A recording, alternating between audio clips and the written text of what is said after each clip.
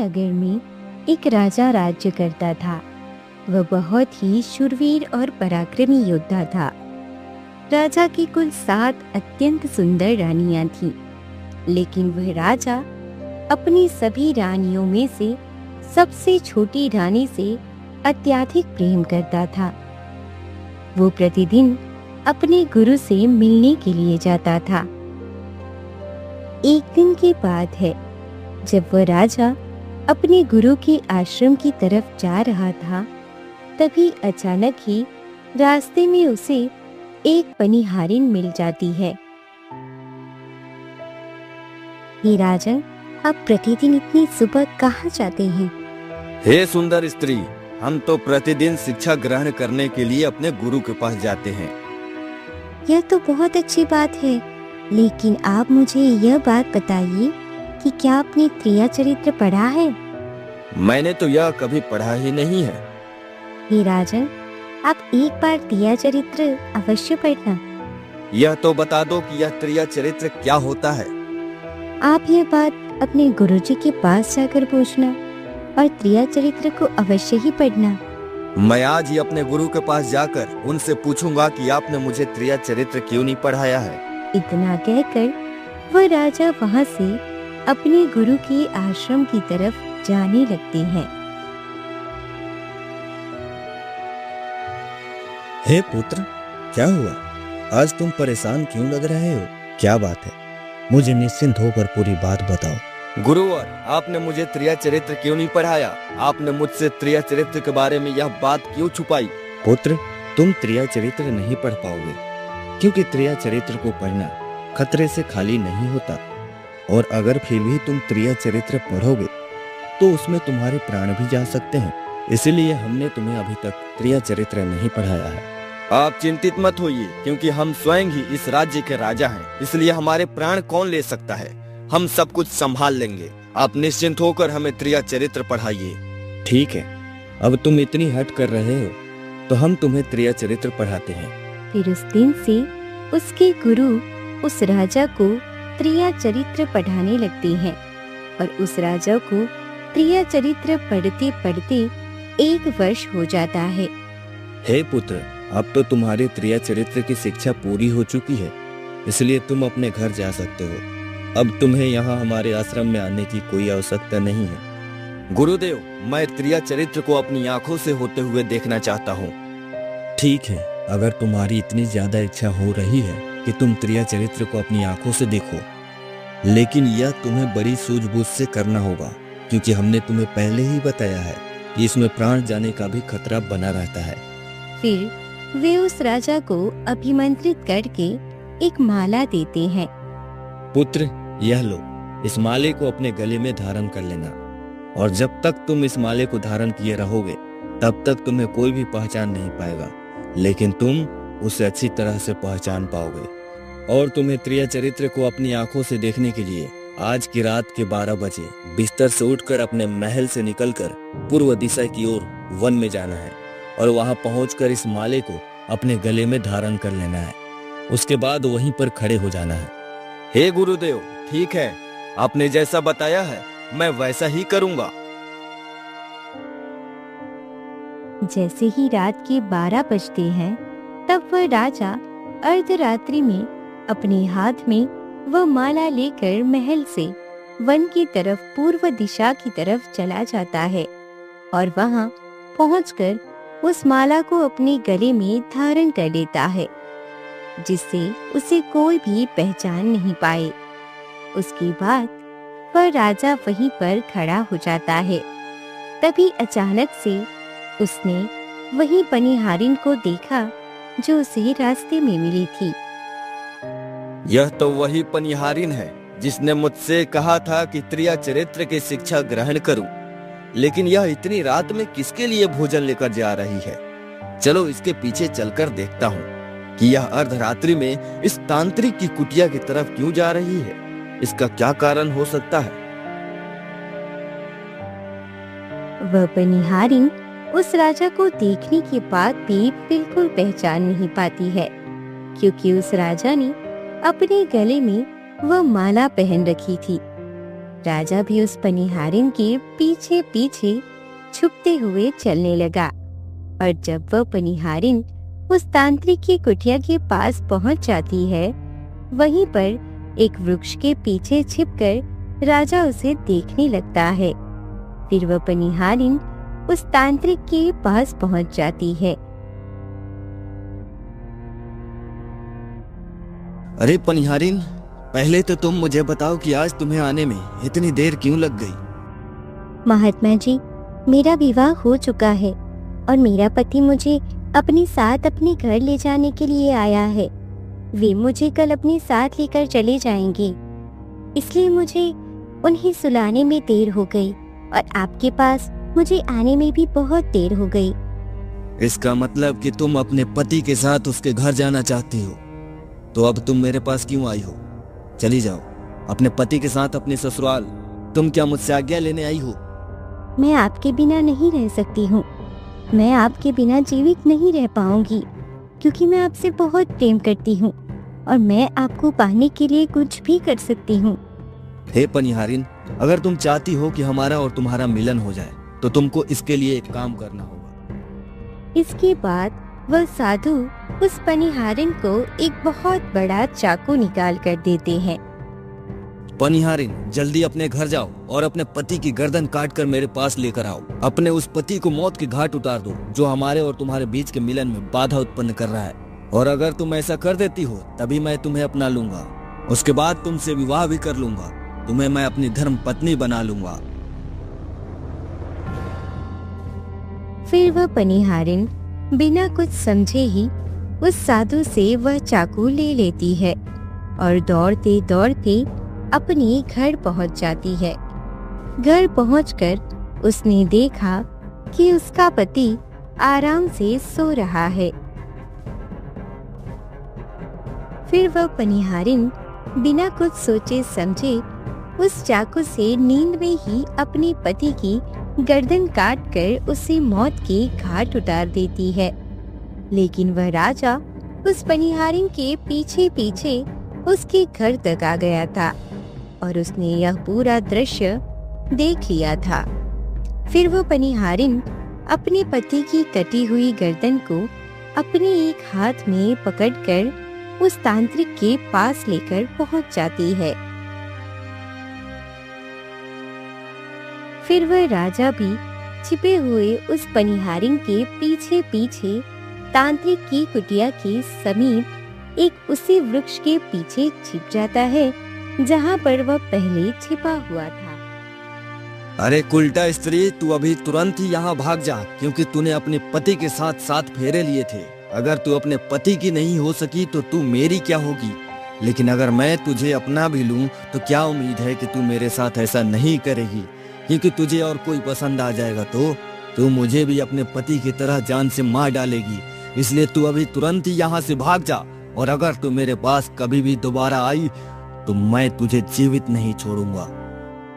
फिर वह पनिहारिन भयभीत होकर अपने पति की कटी हुई गर्दन को अपने साथ लेकर घर पहुंच जाती है और अपने पति की गर्दन को उसके शरीर से जोड़ने लगती है, लेकिन वह जुड़ ही नहीं रही थी। इसलिए वह पनिहारिन उस कटी हुई गर्दन को अपने पति के गले के पास रख देती है, जैसे कि कोई भी व्यक्ति उसके पति की गर्दन को देखे तो उसे लगे कि किसी ने उस पनिहारिन के पति की गर्दन को नींद में ही काट दी है। उसके बाद वह पनिहारिन अपने पति के बगल में लेटकर चैन से सो जाती है, जैसे उसने कुछ किया ही ना हो। और इधर जैसे ही सुबह होती है, वह पनिहारिन सुबह उठते ही अपने पति के पास बैठकर बहुत जोर जोर से विलाप करने लगती है। लेकिन वह राजा उस पनिहारिन का पूरा सत्य जानता था, और इधर जब उस नगर के लोगों को पता चलता है कि किसी ने उसके पति को मौत के घाट उतार दिया है, तो वे सभी उस पनिहारिन के घर पर पहुंच जाते हैं। और उसके पति की लाश को लेकर नगर के बाहर उसका दाह संस्कार करने के लिए ले जाते हैं। तब वह पनिहारिन भी उन सभी के पीछे पीछे विलाप करते हुए उस स्थान पर पहुंच जाती है जहां पर उसके पति का दाह संस्कार होने वाला था, और उधर वह राजा भी उस पनिहारिन के पीछे पीछे वहीं जा रहा था। फिर वह पनिहारिन बहुत जोर जोर से विलाप करते हुए चिल्लाने लगती है, मैं अपने पति के साथ सती होना चाहती हूँ, क्योंकि अगर मेरे पति ही जीवित नहीं रहेंगे तो मेरे लिए ऐसे जीवन का क्या फायदा। मैं इन्हीं के साथ सती हो जाऊंगी। राजा को उस पनिहारिन की बात पर हंसी आ जाती है और वह राजा कहता है, त्रिया चरित्र, न जाने कोई खामस मार के सती हो गई। राजा की यह बात कोई भी नहीं समझ पाता है, लेकिन वह पनिहारिन राजा की बात को अच्छी तरह से समझ जाती है। हे राजन, आप मेरे ऊपर यह बात कह रहे हैं, लेकिन चलिए कोई बात नहीं, मैं तो सती हो जाऊंगी, किंतु मैं सती होने से पहले आपको एक बात बताती हूँ, आप इसे याद रखना। हे राजन, आप जब भी चटाई पर बैठे तो उस चटाई को झाड़ कर ही बैठना। यह पनिहार क्या कह रही है? हम तो स्वयं एक राजा हैं, फिर भला मुझे चटाई पर बैठने की क्या आवश्यकता पड़ेगी, क्योंकि हम तो स्वयं ही इस नगर के राजा हैं। नहीं राजा साहब, जब भी आपकी कोई ऐसी नौबत आ जाए कि आपको चटाई पर बैठना पड़ जाए, तो आप उस चटाई को झाड़ कर ही बैठिएगा। चलो ठीक है, अगर तुम इतना कह रही तो हम ऐसा ही करेंगे। उसके बाद वह पनिहारिन अपने पति के साथ सती हो जाती है। राजा राजमहल पहुंचकर अपने गले से उस माला को उतार के रख लेता है और अपनी सातों रानियों के साथ उनके साथ हंसी खुशी से बातें करता है। इसी तरह से वह दिन पूरा बीत जाता है और जब दूसरी रात होती है तो वह राजा अपने गुरु के कहे अनुसार वही माला अपने गले में धारण करके पूर्व दिशा की ओर चला जाता है और उसी स्थान पर फिर से खड़ा हो जाता है।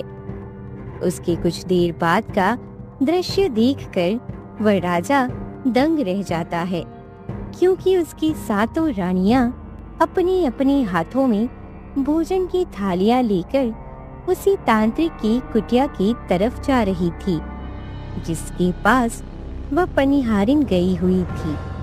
फिर इस राजा ने जैसे ही अपनी सातों रानियों को उस तांत्रिक की तरफ जाते हुए देखा है, तभी उन सातों रानियों में से एक रानी उस राजा को देख लेती है।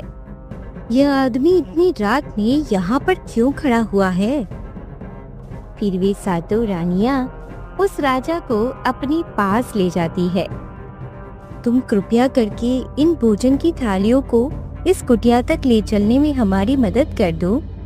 अपनी रानियों की बातें सुनकर वह राजा बिना कुछ सोचे समझे वे कुछ भोजन की थालियां अपने हाथों में ले लेते हैं और उनके साथ साथ उस तांत्रिक के पास पहुंच जाते हैं और वह राजा बिल्कुल चुप होकर अपनी पत्नियों के साथ खड़ा हुआ था।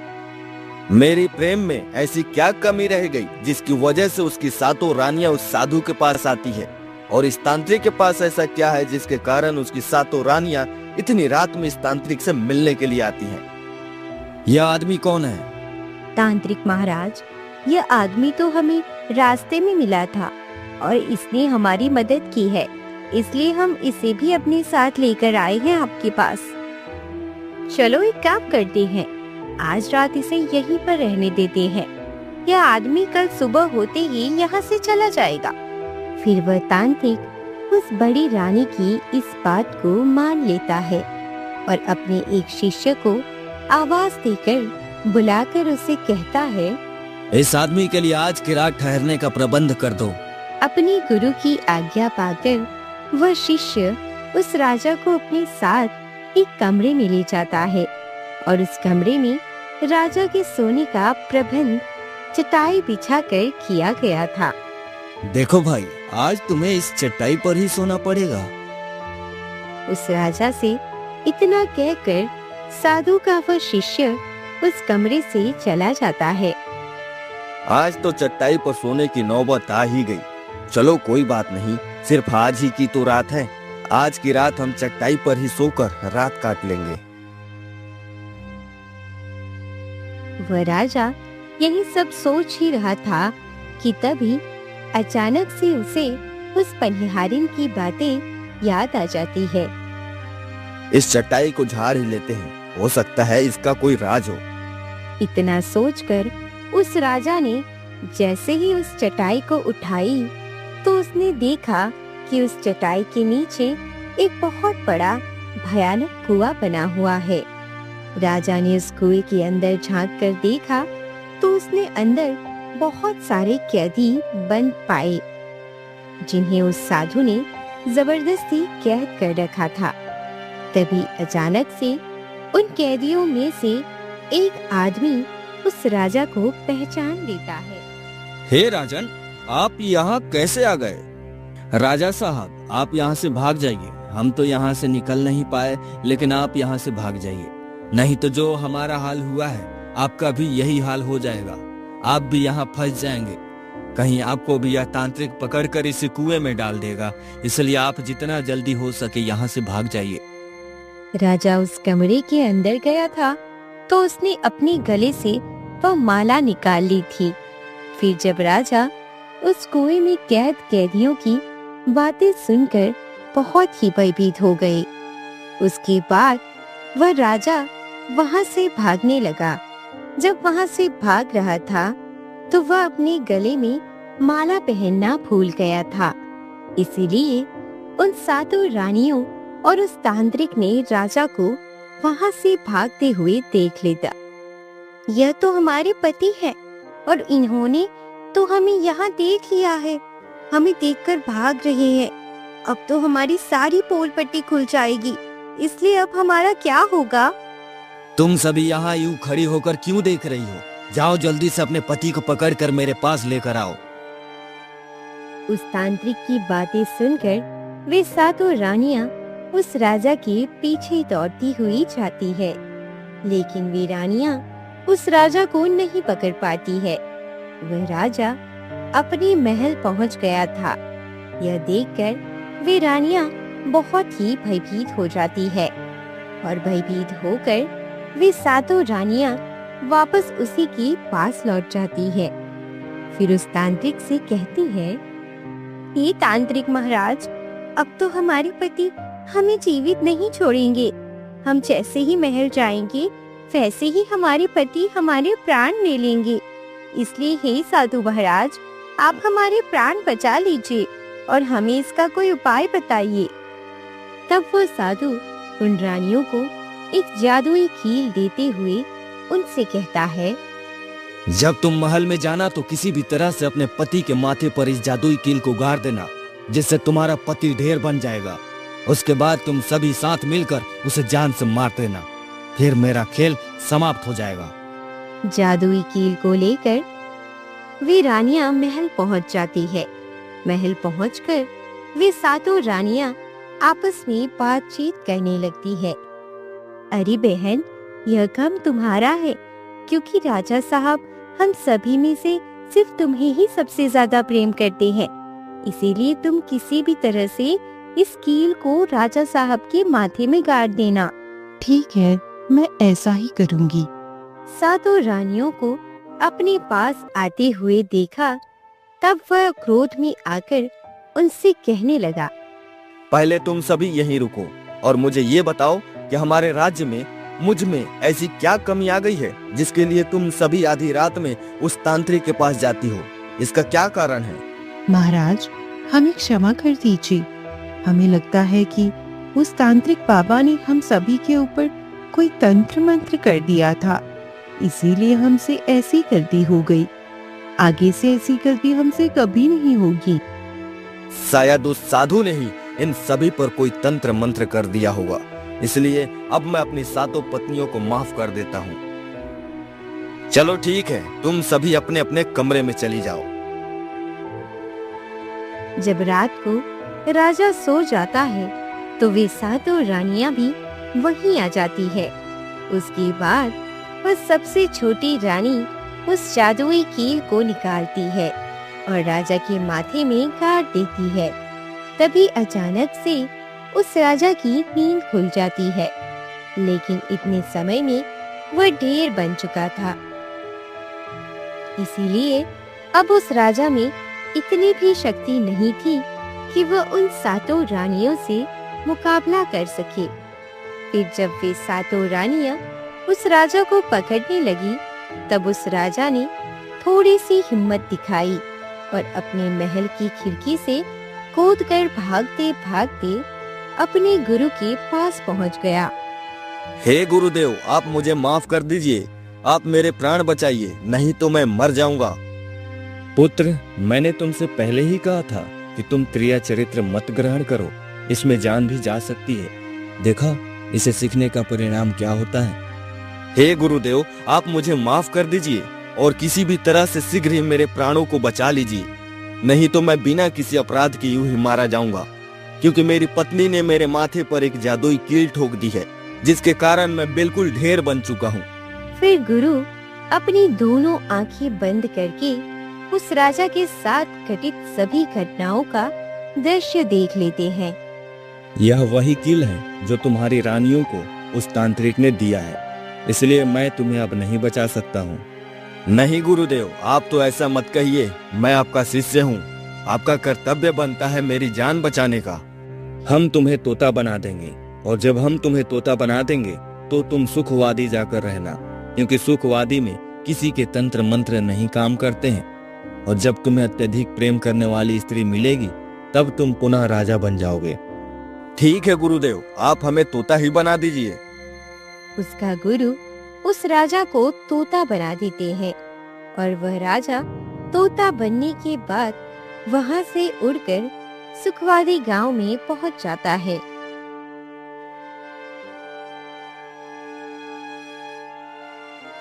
सातों रानियां उस राजा को नगर नगर जाकर खोज रही थी। फिर जब वह राजा उन्हें नहीं मिले तो फिर से उस तांत्रिक के पास जाती है। तांत्रिक महाराज, वह राजा तो रात को भाग गया है, इसलिए आप ध्यान लगाकर देखिए कि वह राजा अभी कहाँ है और कहाँ छिपकर रह रहा है। उन रानियों की बात सुनकर वह साधु ध्यान लगाकर अपने मन में देखने लगता है। वह राजा तोता बन करके सुखवादी में रहने लगा है। स्वामी, अब हम क्या करें? अब तुम अपने राजमहल में जाओ और महल में जाकर यह घोषणा कर दो कि जो भी तोता पकड़ के लाएगा, हम उसे 10 स्वर्ण मुद्राएं देंगे। फिर वे रानियां ठीक वैसा ही करती है। फिर उस नगर के जितने भी पहेलियां थे, वे तोता पकड़ने के लिए चारों तरफ घूमने लगते हैं और जो भी तोता पकड़ते थे, उस तोते को उन रानियों के पास लेकर जाते थे और इसके बदले में वे रानी उन्हें 10 स्वर्ण मुद्राएं देती थी। उसके बाद रानियों से उन मुद्राओं को लेकर वे वहां से चले जाते थे। फिर वे 7 रानियां उस तोते को मार देती थी। ऐसे ही कई वर्ष बीत जाते हैं और वह राजा जो तोता बनकर जिस वृक्ष पर रह रहा था, उस वृक्ष पर कई सारे तोते रहते थे और वह तोता उन सभी से बहुत अच्छी अच्छी बातें करता था और सभी तोता मिलकर उस तोते को अपना राजा बना लेते हैं। एक दिन तोता पकड़ते पकड़ते एक बहेलिया उसी वृक्ष के पास पहुंच जाता है जिस पर वह राजा तोता बना छिपकर रहता था। फिर जब उस बहेलिया ने उस वृक्ष पर इतने सारे तोतों को देखा तो वह उन तोतों को देखकर अपने मन में सोचने लगा, अगर मैं इतने सारे तोतों को पकड़कर रानी जी के पास ले जाऊंगा तो मुझे बहुत सारे स्वर्ण मुद्राएं मिल जाएंगी, लेकिन मैं इतने सारे तोतों को कैसे पकड़ कर ले जाऊं? फिर अगली सुबह सारे तोते दाने चुगने के लिए उड़ जाते हैं। तभी वह पहेलिया उस वृक्ष के पास जाकर उसकी डालों पर गोंद लगा देता है।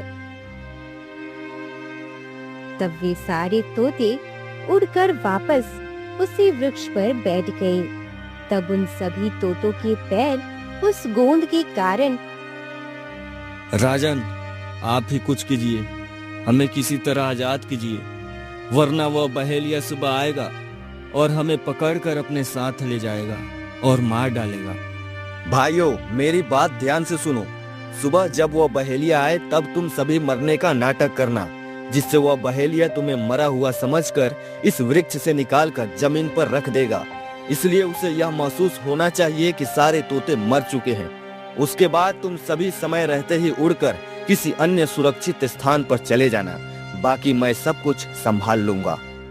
सुबह वह बहेलिया उस वृक्ष के पास आता है तो वह देखता है कि सारे तोते मर चुके हैं। वह बहेलिया उन सभी तोतों को उस वृक्ष से निकालकर जमीन पर रख देता है। तभी सही मौका देखकर वे सारे तोते अचानक से वहां से उड़ जाते हैं। वहीं दूसरी तरफ उसने देखा कि वह जो राजा तोता बना हुआ था वह उसी वृक्ष पर रह गया था। अरे यह क्या हुआ? इस वृक्ष पर तो सिर्फ एक ही तोता है जो कि मरा लटका हुआ है, और जितने तोते मैंने छुड़ाकर नीचे जमीन पर फेंके थे वे सभी उड़कर भाग गए। इसका मतलब यह है कि सारे तोतों ने मिलकर मेरे साथ धोखा किया है। यह सब तुम्हारी ही चाल है। चलो अब मैं तुम्हें अपने साथ लेकर जाऊंगा और रानी के हाथ बेच दूंगा, जिससे मुझे 10 स्वर्ण मुद्राएं मिल जाएंगी। इधर वह बहेलिया उस तोते को बेचने के लिए रानी के पास जाने लगता है। तब रास्ते में वह तोता उस बहेलिया से कहता है, अरे भाई, तुम मुझे कहाँ ले जा रहे हो? मैं तुम्हें अपने साथ लेकर जाऊंगा और रानी के हाथ बेच दूंगा, जिससे मुझे 10 स्वर्ण मुद्राएं मिल जाएंगी। मैं अगर तुम्हें 5000 स्वर्ण मुद्राएं दिला दूं तो क्या तुम मुझे नहीं बेचोगे? इस नगर में ही मुझे बेचो, मूल्य मैं स्वयं बताऊंगा। वह बहेलिया उस तोते की बात मान लेता है और रानी के पास बेचने की जगह पर बहेलिया तोता को लेकर एक बाजार में बेचने चला जाता है। उस नगर का यह नियम था कि अगर किसी भी व्यक्ति का सामान शाम तक नहीं बिके तो उस नगर का राजा स्वयं आकर उस सामान को खरीद लेता था। यह तोता कितने का है? तोता अपना मूल्य स्वयं बताएगा। फिर वह तोता अपना मूल्य इतना बता देता था कि कोई भी व्यक्ति उसे खरीद ही नहीं पाता। ऐसे ही करते करते शाम हो जाती है और अब सभी दुकानदार अपनी अपनी दुकानों को लेकर चले गए, लेकिन वह बहेलिया और तोता उसी बाजार में अकेले बच गए थे। जाओ और देख कर आओ, बाजार में किसी का सामान तो नहीं रह गया है। फिर जब राजा के सैनिक उस बाजार में आए तो उन्होंने देखा कि एक बहेलिया अपने साथ एक तोते को लेकर बैठा हुआ है। फिर राजा के वे सैनिक उस बहेलिया से कहते हैं, अरे बहेलिया, तुम्हारा तोता क्यों नहीं बिका? तुम इसे कितने में बेच रहे हो? जो इन्हें 5000 स्वर्ण मुद्राएं देगा वही मुझे खरीद पाएगा। अरे यह तोता तो अपना मूल्य स्वयं ही बताता है, इसे राजा साहब भी खरीद सकते हैं। महाराज, बाजार में एक बहेलिया अपने साथ एक तोते को लेकर बैठा हुआ है, लेकिन वह तोता अपना मूल्य स्वयं ही बताता है और वह अपना मूल्य इतना अधिक बताता है जिसे कोई साधारण व्यक्ति खरीद ही नहीं पाए। शायद इसीलिए उसे कोई खरीद नहीं सका। अपना मूल्य कितना बता रहा है? वह तोता तो अपना मूल्य 5000 स्वर्ण मुद्राएं बता रहा है। उस तोते को कोई नहीं खरीद पाया है तो हम खरीदेंगे, क्योंकि अगर हम नहीं खरीदेंगे तो हमारे इस नगर की बदनामी होगी। उसके बाद वह राजा 5000 स्वर्ण मुद्राएं उस बहेलिये को दे देता है और उस तोते को लेकर अपनी महल पहुंच जाता है। वह तोता बहुत ही बुद्धिमान था और जब उस राजा के ऊपर कोई खतरा आने वाला होता था तभी वह तोता उसे बता दिया करता था। इस तरह सभी उस तोते से बहुत अधिक प्रेम करने लगते हैं। रानी सा, राजा साहब ऐसा तोता लेकर आए हैं जो बोलता भी है और उन्हें बहुत अच्छी अच्छी बातें भी बताता है। आप उस तोते को हमारे पास भिजवा दीजिए, क्योंकि हम भी उस तोते को देखना चाहते हैं और हम उस तोते से बातें करना चाहते हैं। रानी उस तोते से खूब बातें करती है और उस तोते से बात करके बहुत प्रसन्न हो जाती है। रानी भी तोते से बहुत प्रेम करने लगती है। राजा की एक पुत्री थी जो कि देखने में बड़ी सुंदर थी। आज से तुम ही इस तोते का ध्यान रखना होगा, इसे अच्छे से नहला धुला देना। वह राजकुमारी भी उस तोते से बहुत प्रेम करती थी। फिर जैसे ही सुबह होती है तब राजकुमारी उस तोते को लेकर नहलाने के लिए चली जाती है। और जब राजकुमारी उस तोते को नहला रही थी तब उसने देखा कि उस तोते के माथे पर एक कील जैसा कुछ लगा हुआ है। राजकुमारी ने उसे निकाल दिया। फिर राजकुमारी ने जैसे ही उस कील को बाहर निकाला तभी अचानक से वह तोता पहले की तरह एक सुंदर सा राजकुमार बन जाता है। यह देखकर राजकुमारी बहुत ही भयभीत हो जाती है। तुम घबराओ नहीं, यह कील वापस से मेरे माथे पर लगा दोगी तो मैं फिर से एक तोता बन जाऊंगा और मैं तुम्हें इसके बारे में रात में बताऊंगा। फिर वह राजकुमारी तुरंत ही वह कील उस राजा के माथे में लगा देती है, जिससे वह राजा वापस वही तोता बन जाता है और उस तोते को नहला धुलाकर वह एक पिंजरे में उसे बंद कर देती है। उसके बाद रात में वह राजकुमारी उस तोते को अपने साथ अपने कमरे में ले जाती है और उसके माथे से उस कील को निकाल देती है। तब वह तोता फिर से एक राजा बन जाता है और उस राजकुमारी को अपने जीवन में घटित सभी घटनाओं का वृतांत सुना देता है। मुझे माफ करना, यह पूरी बात किसी को नहीं बताना, वरना मेरी जान चली जाएगी। ठीक है, मैं वैसा ही करूंगी जैसे आपने मुझसे कहा है। दिन भर वह राजा तोता बना रहता था और रात को राजकुमारी उस तोते को अपने कमरे में ले जाती और उसके माथे से उस कील को निकाल देती, जिससे वह तोता राजा बन जाता है। और रात में वे दोनों साथ में ही रहते, खूब बात करते थे। ऐसे ही समय बीत रहा था और राजकुमारी को उस राजा से प्रेम हो जाता है। इधर जो उस राजा की पत्नियां थी वे बहुत सारे तोते मरवा देती है, लेकिन वह राजा जो तोता बना हुआ था वह उन्हें नहीं मिल रहा था और वे सभी निराश होकर उस तांत्रिक के पास पहुंच जाती है। तांत्रिक महाराज, हमारे पति तो अभी तक हमें नहीं मिले हैं, अब हम क्या करें, उन्हें कैसे मारें? तांत्रिक फिर से अपनी आंखें बंद करके ध्यान लगाकर एक स्थान पर बैठ जाता है और अपने मन में सारा दृश्य देखकर उन रानियों से कहता है, वह राजकुमार अभी एक तोता बना हुआ है और एक राजा के महल में रह रहा है, इसलिए तुम सभी एक काम करो, तुम सभी नृत्य करना सीख लो। हम सभी मिलकर उस राजा के घर नृत्य कला करने जाएंगे, क्योंकि वह राजा नृत्य का बहुत शौक रखता है।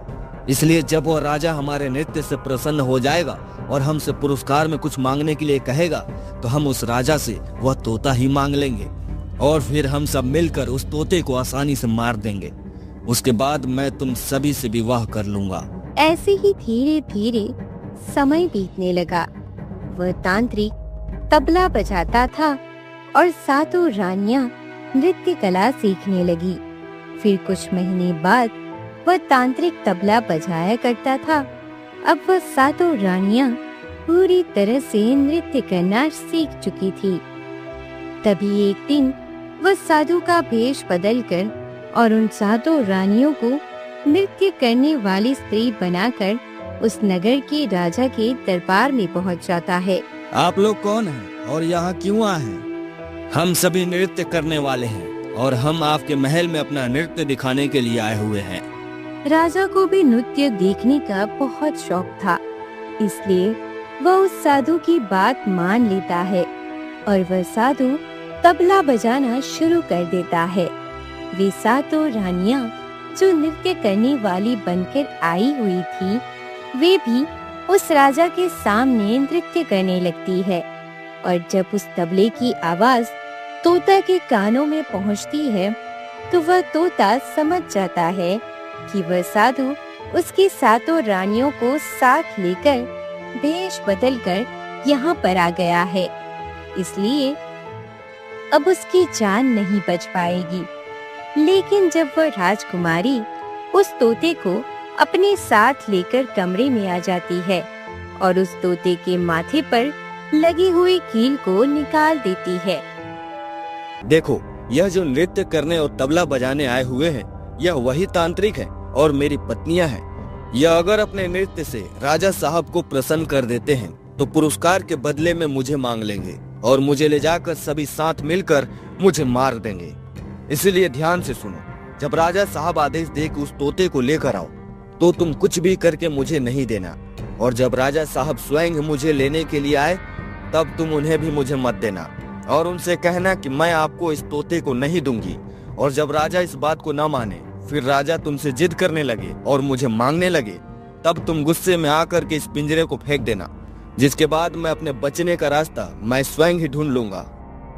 ठीक है, मैं वैसा ही करूंगी जैसे आपने मुझसे कहा है।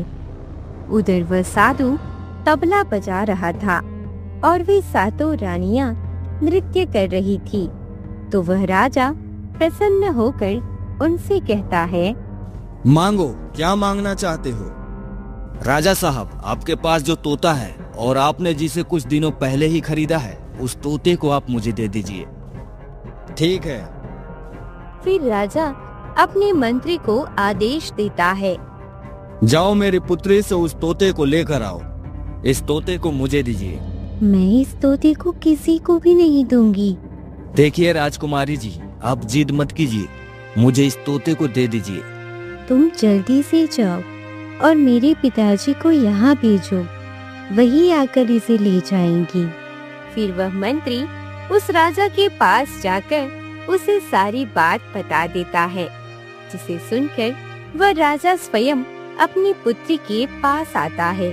पुत्री, तुम मुझे इस तोते को दे दो, क्योंकि मुझे इस तोते को उस नृत्य कला करने वाले को देना है, जो यहाँ नृत्य कला दिखाने के लिए आया है।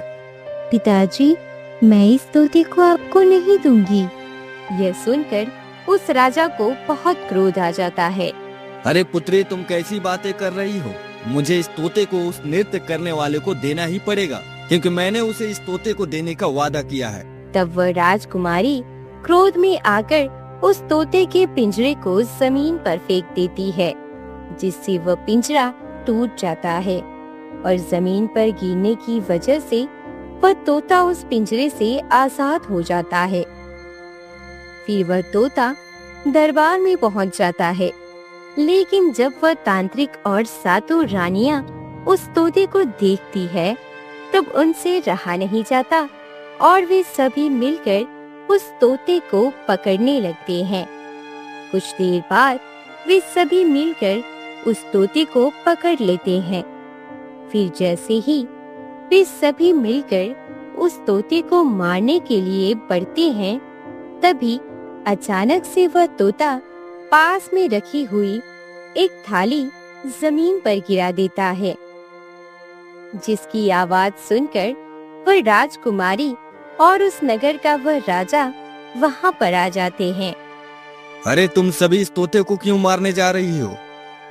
फिर राजकुमारी अपने पिता को उस राजा के साथ घटित सभी घटनाओं का वृतांत सुना देती है, जिससे सुनने के बाद वह राजा उस साधु और उन सातों रानियों को बंदी बनाकर कारागार में बंद करवा देता है। उसके बाद राजकुमारी उस तोते के माथे पर लगी हुई उस कील को निकाल देती है, जिसके कारण वह तोता एक सुंदर राजा का रूप धारण कर लेता है। देखिए राजा जी, मैं भी एक राजा हूँ और मैं आपकी पुत्री से अत्यधिक प्रेम करता हूँ। मैं उससे विवाह करना चाहता हूँ। क्या तुम इस सुंदर राजकुमार से विवाह करना चाहती हो? पिताजी, मैं भी इस राजा से बहुत प्रेम करती हूँ। फिर वह राजा उस नगर के राजा की पुत्री से विवाह करता है और उससे विवाह करने के बाद उस राजकुमारी को अपने साथ महल में ले जाता है। उसके बाद वह राजा खुशी खुशी उस राजकुमारी के साथ अपने महल में रहने लगता है। और अब उस राजा को त्रिया चरित्र की पूरी जानकारी मिल गई थी।